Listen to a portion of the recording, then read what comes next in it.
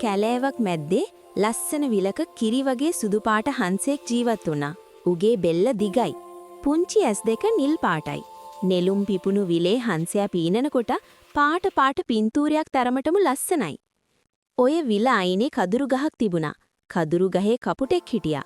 කපුටා හැමතිස්සෙම මේ ලස්සන හංසයා දිහා බලාගෙන හිටියා. හංසයා මේ තරම් ලස්සන වුණේ කොහොමද කියලා තමයි කපුටා නිතරම කල්පනා කළේ. දවසක් දා කපුටා හංසයා ළඟ කිට්ටු වුණා. යාළුවේ, ඔයා නම් හරිම ලස්සනයි. කොහොමද ඔය තරම් ලස්සන උනේ? කපුටා හංසයාගෙන් ඇහැව්වා. කාටවත් කරදර නොකර අහුවෙන හැම දෙයක්ම කන්නේ නැතිව යහපත් ලෙස ජීවත් වුවහොත් හැම කෙනෙක්ම ලස්සන වෙනවා. හංසයා කිව්වා.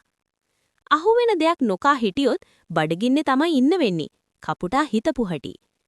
හංසයා ඔබට ලස්සන වීමේ රහස නොකියන්නේ ඒ වගේ ලස්සන වේවි කියලා බයත තමයි. කපුටා ආයෙත් හිතුවා.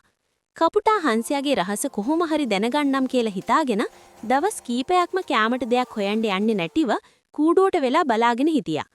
හංසයා නිතරම පිරිසිදු වතුරේ නාමින් එහාට මෙහාට පීනුවා. මන් දැන් දන්නව හංසයා ඔච්චර ලස්සන උනේ කොහොමද කියලා. හංසයා නිතරම වතුරේ ඉන්නේ. වතුරේ ඉන්නකොට ඇඟ කිලිටි වෙන්නේ නැහැ. ඒ හන්ද කමයි හංසයා ඔච්චර ලස්සන උනේ. ඒ හන්ද මාත් වතුරට වෙලා ඉන්නලා.